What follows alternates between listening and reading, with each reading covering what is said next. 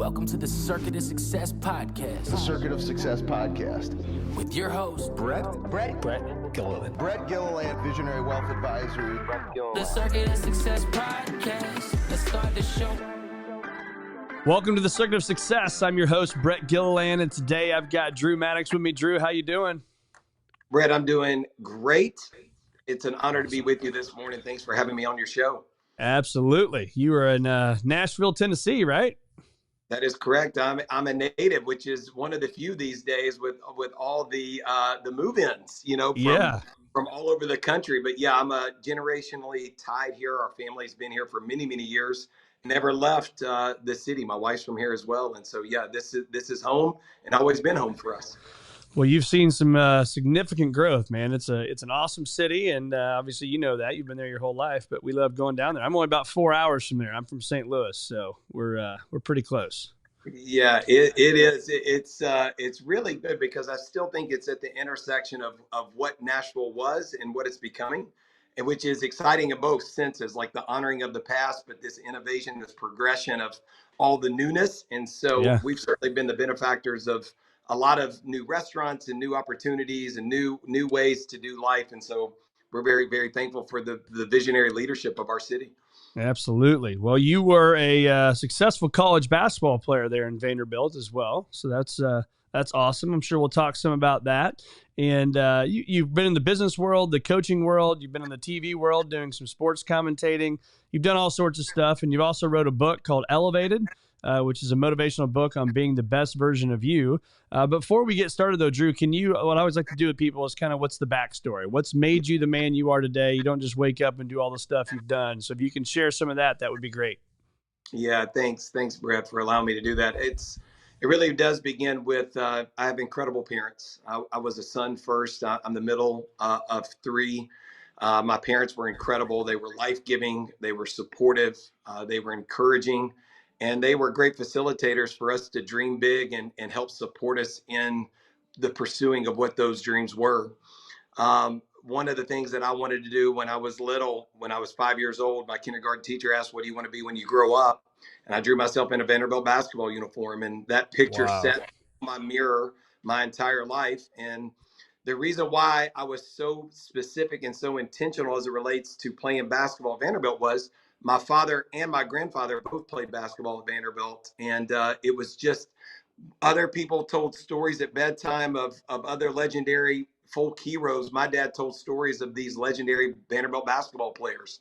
And so it just was so real in our family that's just what I wanted to do. And so I worked like crazy my entire life in the pursuing of that dream. So it helped shape everything in terms of my disciplines, my behaviors in the classroom, the decisions I made, how I treated my body, and then just the diligence of what it means to chase after a dream with everything that you had. I was blessed to be able to do that. I grew up here in high school, had a great high school career, committed to Vanderbilt as a freshman in high school. And so knew that's what I wanted to do. So when Eddie Fogler offered that scholarship, I was like, yes, I know that's what I want to do. And so was blessed to be able to do that. Played here in Nashville my entire life. My whole family lives here. So it became a big family reunion every single night we played. It was just a great, great connector of a shared experience for our family and our friends. Met my wife my sophomore year at Vanderbilt. We got engaged my senior year. We just celebrated 25 years of marriage. And so she is my best friend. She is my inspiration. And she's my biggest cheerleader, biggest encouragement in my life. And so we have an incredible love story that I'm so thankful for the way she's impacted my life. So I'm a husband next. And then thirdly, I'm a dad. So I have 5 children. We have 3 daughters biologically. And in 2010, December 15th, which we're coming up on an anniversary of what that means, we adopted 2 little boys from Uganda. They're not little anymore. They're now big 16-year-old boys. And they completed our family. And so we have 5 children. So I was a son, I was a husband, and now, being able to be a father as well. And so really through those 3 lenses, that's the paradigm by which, life works for me and life flows. Yeah. And then everything else just kind of flows out of that. But really, those are the 3 aspects of my life that I'm the most focused on And I believe if I'm pursuing everything that I have within those three constructs, that the byproduct will be the opportunity to be excellent as a coach, to be excellent as a speaker, to be excellent as a broadcaster, to be excellent as a business person, an entrepreneur. All the other things will flow out of that and will be icing on the cake if I'm pursuing the three loves of my life the most, Yeah. of being a son, of being a husband, and being a father. Love it. That's a great explanation, man. I think I appreciate you sharing that, Drew. Yeah. So let's talk about that. You're 5 years old. You're talking about dreams and aspirations, and you said, I want to be a Vandy basketball player, and it comes true. So I'm curious on what you think about now as you've gone through life and you've taught your kids and you also coaching kids and you're speaking. How important is it to dream and think big? And what I heard in that story was you didn't just write it down and put it in your top drawer of your desk. You put it on your mirror, right? Yep. So how important is that when we're giving some advice to people today listening to this? Yeah, I think it's crucial. It really does begin there. It's what do you see? You will become what you see. And, without Mm-hmm. vision, there's nothing that's ever been created, invented, or accomplished without first the sight to see it.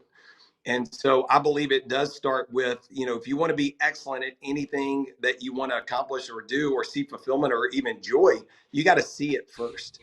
And I can give you so many examples of that, but certainly in my life, I'm a speaking, walking testimony of what that means to see it first.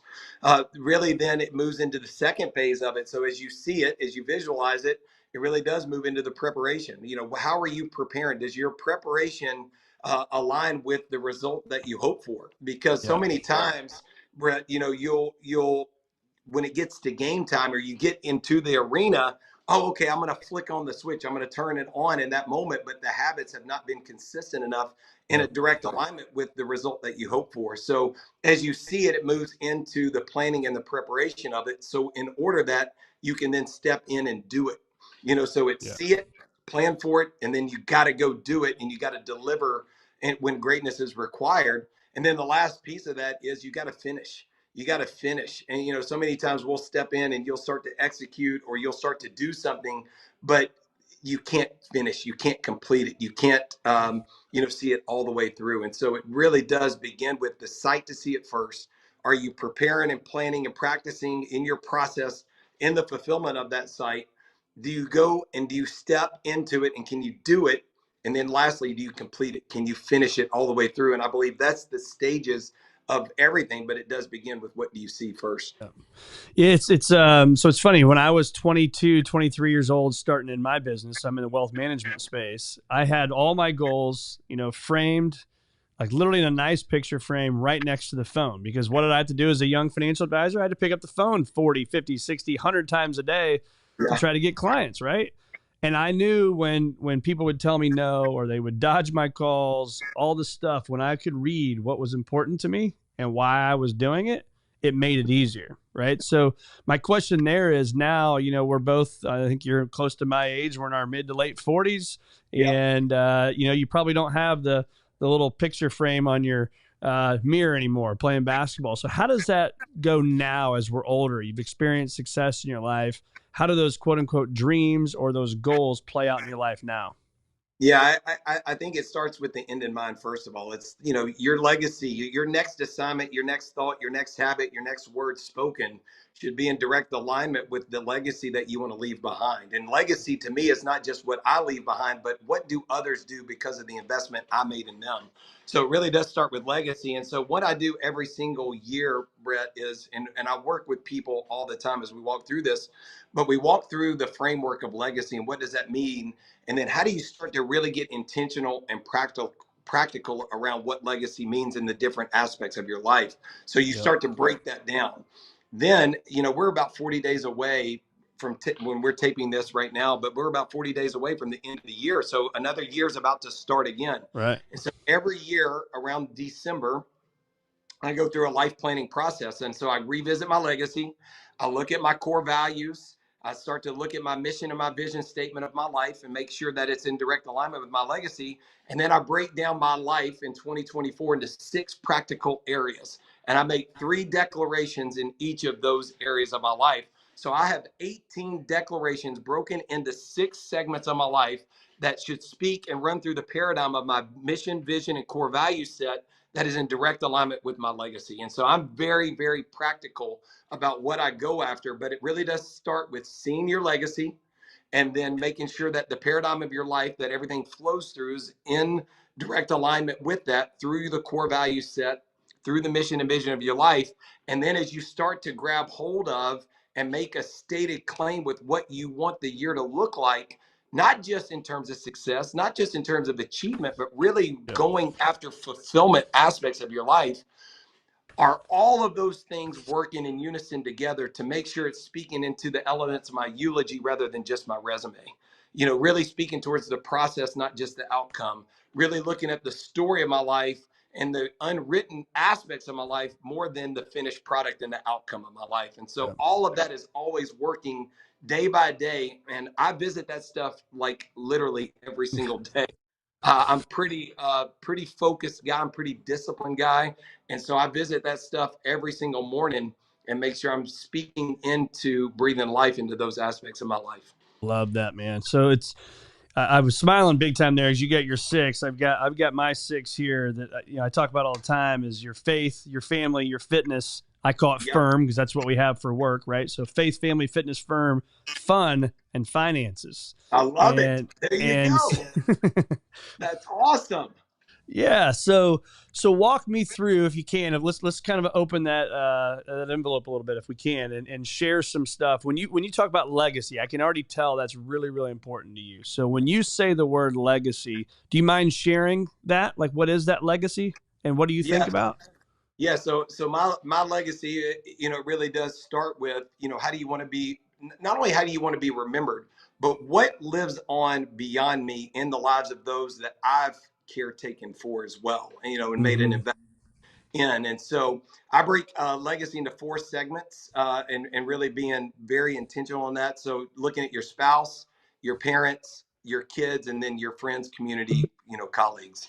And I'm a spiritual person as well. And so kind of the canopy of all of it really does flow downward because of my faith. My faith, generates the way that I view life, and all the aspects of that should be tapping into the faith that I have. And so those are really the 4 segments. And so it really does start with my mission and vision statement of my life is to pick up the trash.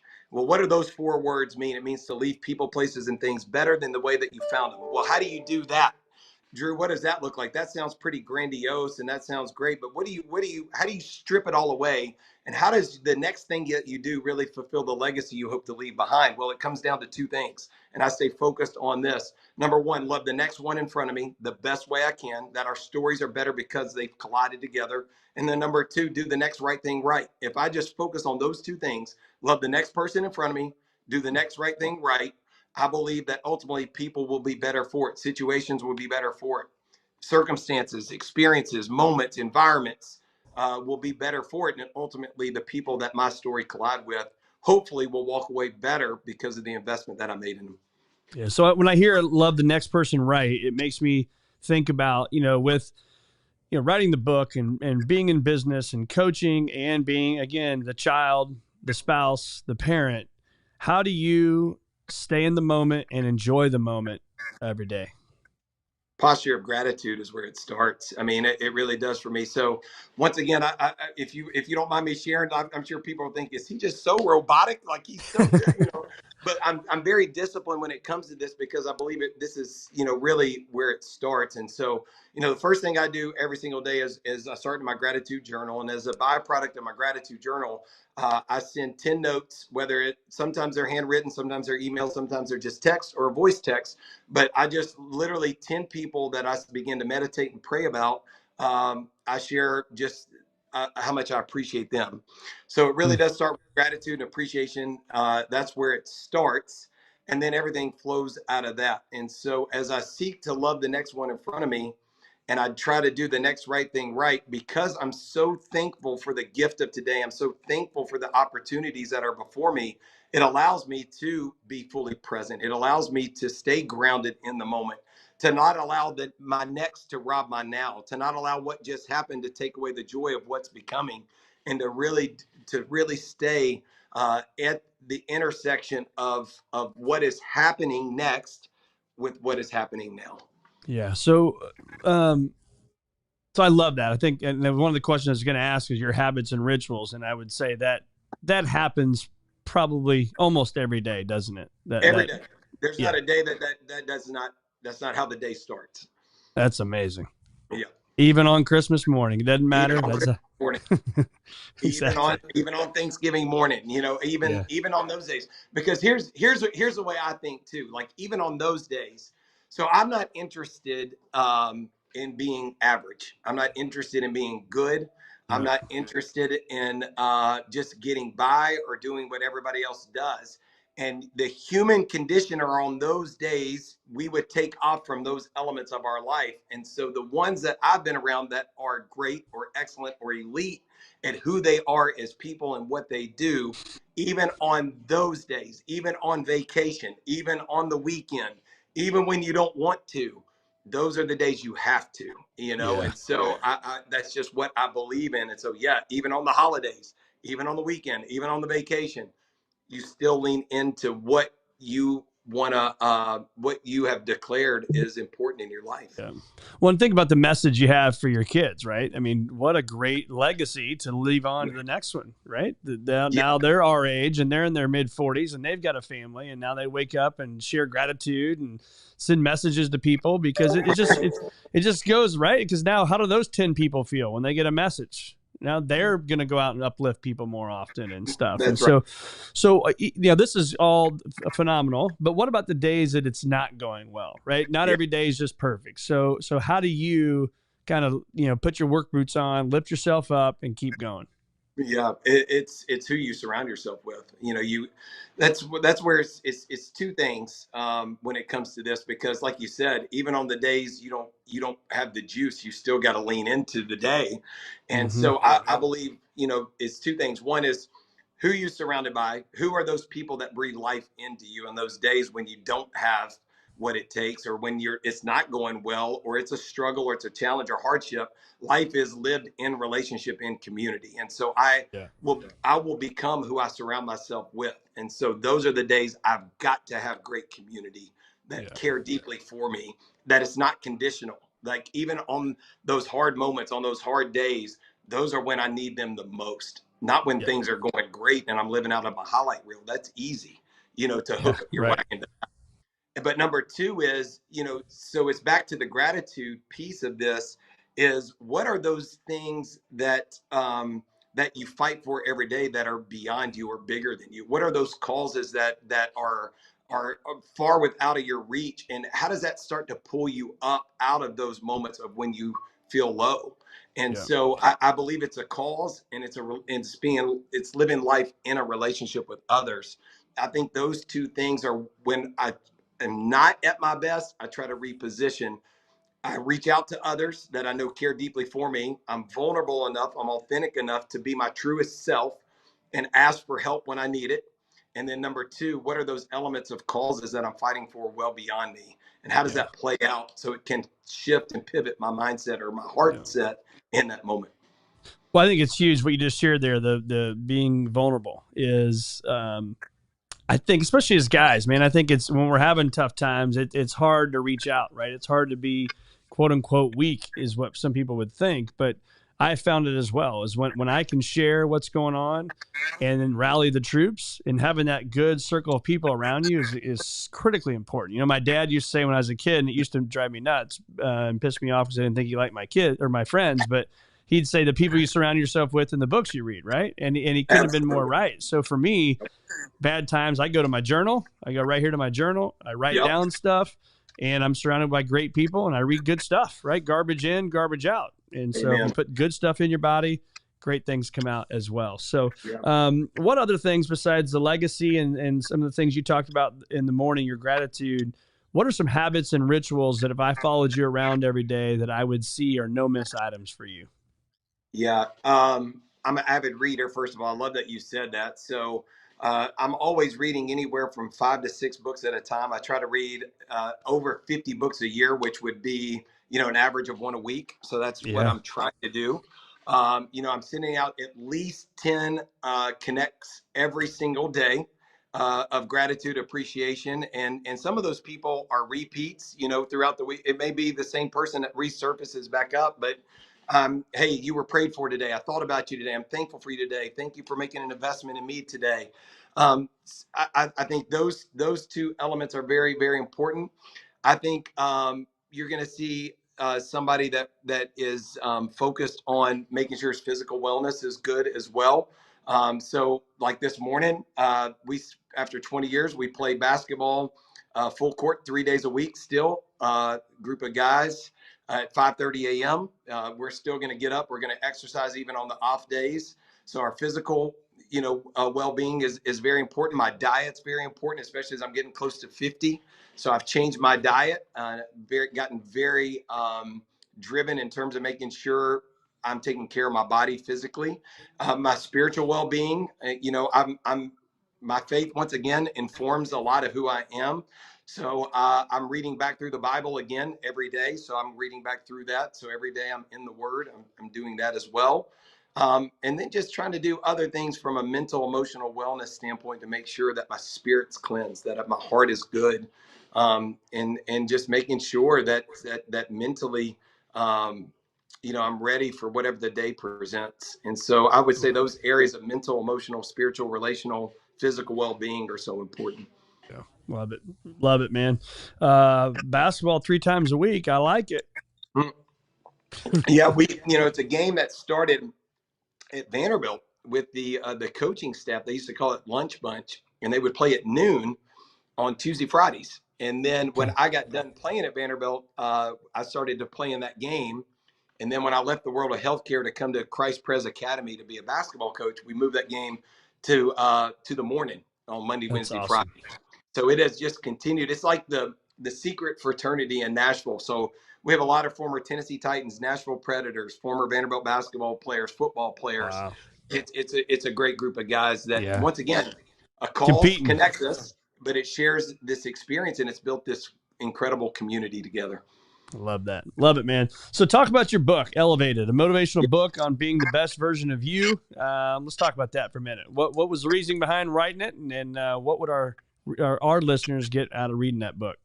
Yes, we've written 2 books, by the way. So we wrote Elevated and Excavated. So Elevated was really, I've always wanted to write a book. So I'm a journaler. I write every day. Yep. And so just even if nobody read it, I wanted to go through the personal discipline of what it meant to have to try to put something like that together. What does that really look like to work on my own growth and development? A guy named Virgil Herring, who's become a dear, dear friend. He's probably one of the leading golf performance coaches in the world, coached many PGA Tour professionals. He and I got together because of a podcast I did with him.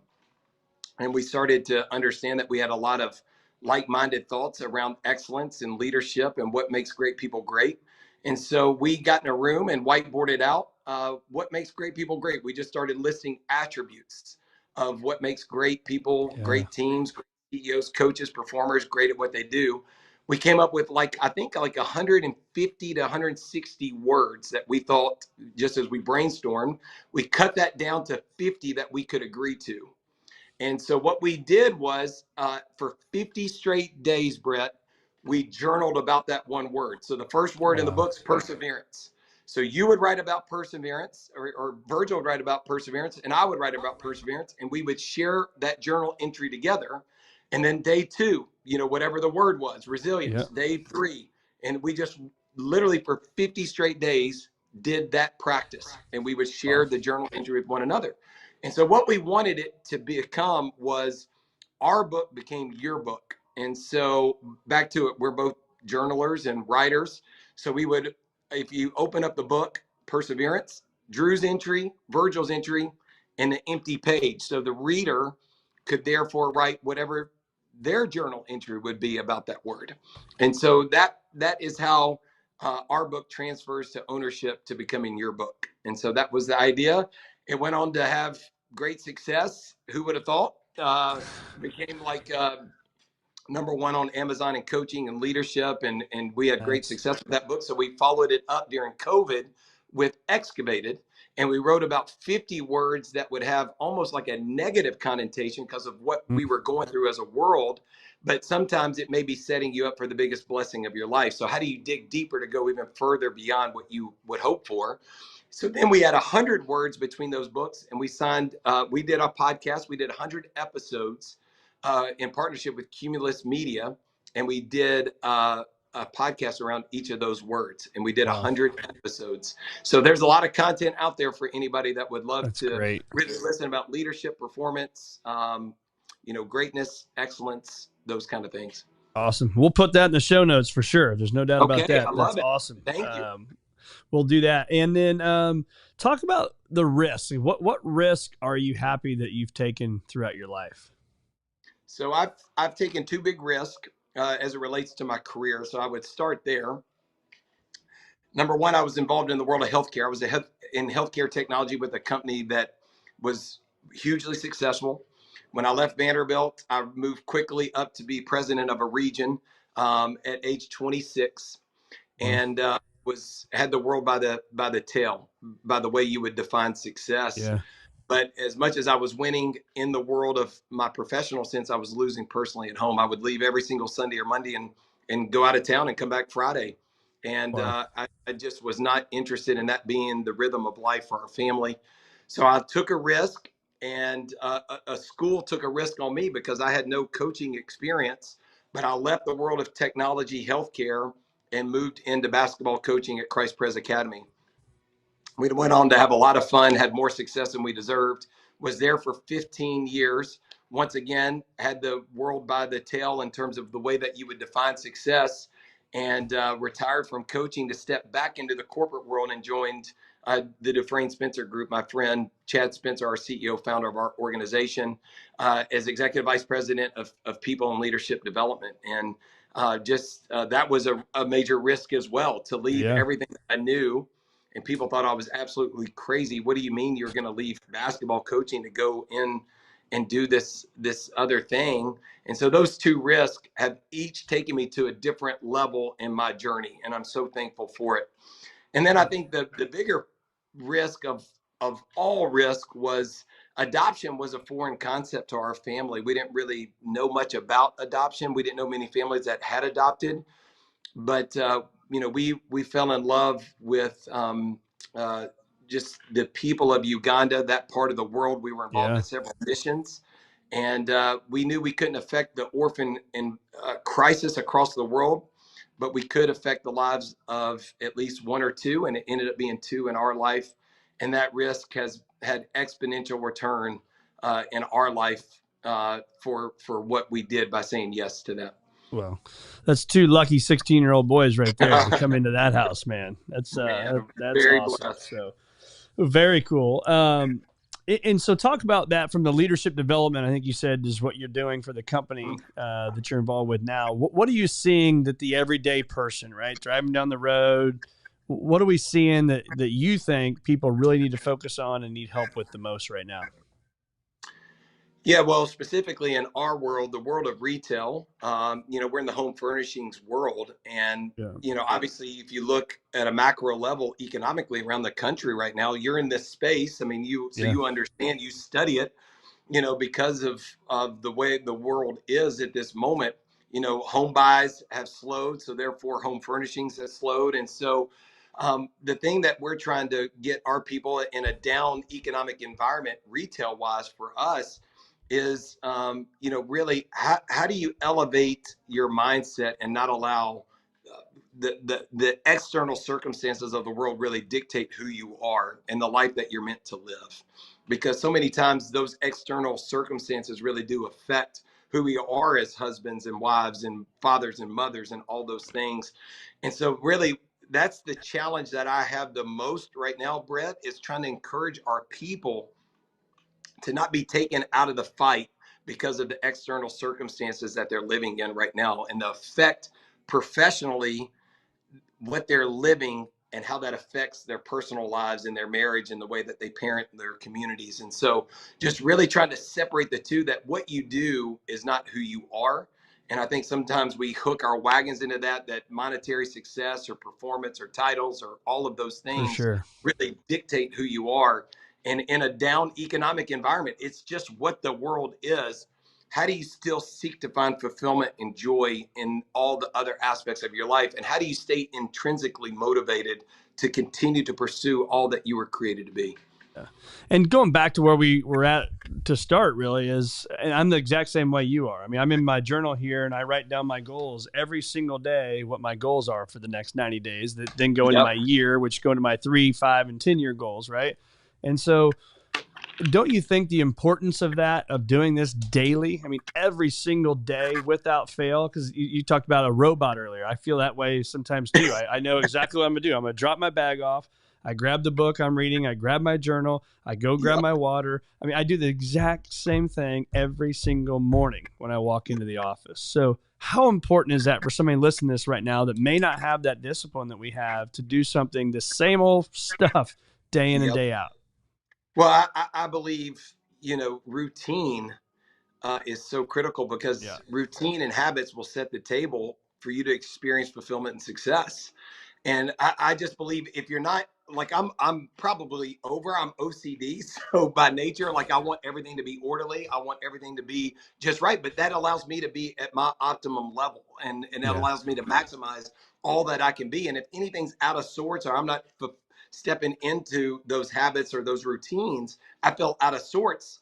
And then I'm not bringing my true self to the table. And so, what I would say to anybody, to your point, Brett, is start somewhere. Even if you're not that kind of person, you can still start with one.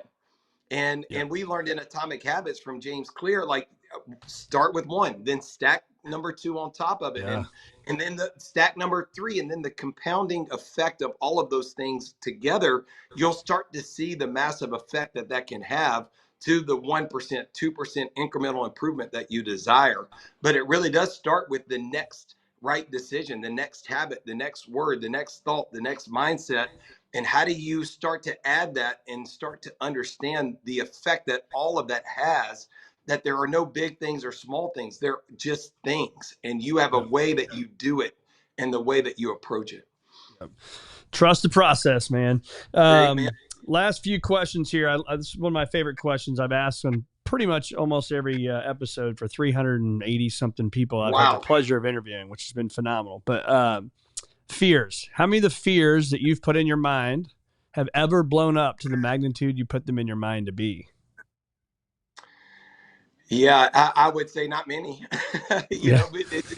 It's a majority of what we're fearful of never comes to be a reality, and Yeah. so um, you're actually only born with two fears when you come into the world. So that Mhm. means, as we've learned from Mark Batterson, one of my favorite writers, It's all your phenomenal. all your fears are learned. And his thought is, and what he's taught me through his readings and listening to his sermons is, if your fears can be learned, then therefore your fears can be unlearned. And so how do you start to unlearn some of those fears that have had a gripping effect in your life? Because what you start to see as you look back over the course of your life, the things you were most fearful of, like you said, Brett, didn't come true. Yeah. And so just really starting to understand that. So yeah, to answer the question, uh, I can't think of many, if Yep. one, of something that I built up as a monumental fear in my life that reached the level of anxiety or even panic actually happened in my life. Yeah. Yeah. And that's why I asked the question. I mean, right? We all have those same thoughts, those same feelings that go into our mind. I heard somebody say the other day too, is from getting things done and taking action. It was great. It said make decisions based on your knowledge, not on your emotion. Mhm. Right. Yeah, So just take the gym, for example, right? You talk about physical fitness. And that's really helped me is sometimes my emotion is, I don't want to go do that. I don't want to do this at all. So if I'm making the decision on emotions, I'm not going to go. Right. But right. if I base it on my knowledge, I know I need to go because of A, B, C, and D. It's Yeah, an easier decision to go make. So when you hear me say that, make a decision based on your knowledge, not on your emotion. What comes to mind for you? yeah. Well, I start to think about when I think about that, I think about if we tie it to fear, So if you analyze the past overcoming a fear, if you did have to overcome a fear, or did it come to be a reality or not. So analyze past fears, anchor a thought beyond the fear, to your point, the knowledge of what you hope for. So anchor a thought beyond it. And then you got to act, you got to move, you got to go. So as you analyze and as you anchor a thought beyond, you got to act and you got to go and you got to move. So let's talk about cell phones here. Anything on your phone, if I stole your cell phone from you, besides, your normal email and calendar stuff to help run your life, is there an app or anything that you use for productivity or just, something that you love to use, or are you pretty much not too much technology in your life? No, I mean, I just use the calendar. So I literally invite myself to different calendar invites. So even Okay. scheduling sleeping. I mean, I even like down to that. Like, I want to make sure I own my calendar. My calendar doesn't own me. There's no reaction to what the day presents. Like, I have taken control of that, and so I use my calendar app as inviting myself to make sure I'm fully, to your point, present in what I want to make sure that my day looks like. Love it. Love it. Where do our listeners find more of Drew Maddux? So across all social media, so Twitter at Drew Maddux, Facebook, Instagram, Drew Maddux 45, LinkedIn, anywhere you can find any of that stuff. I post daily content. You can go to Amazon and you can look up Elevated and Excavated. You can go to podcasts, iTunes, Spotify to grab our podcast. And also, something that people have become fun to kind of follow is, we've done a lot of trick shots, Brett, over the years because of our basketball camp. So we have 8 world records. We've been featured on ESPN, Ellen Show, Good Morning America, all over the world. Those videos have several 100 million views, and so people may enjoy getting to see those as well. Where do we find those? On YouTube or just. And is it under your name, or where's it at? Yeah, just any news source. Yeah, you can just Google Drew Maddux and you can see a lot of those trick shots. Well, you'll probably get some 4 new subscribers, being my 4 boys. That it's like people want to watch YouTube more than they want to watch TV. These kids, don't they? And that's the truth. So it's yeah, crazy. the trick shots have become, like, of all the things, that's probably what people want to talk about the most. That's funny. That's really funny. So one last question I was going to ask: best college basketball moment that you can remember that you played in.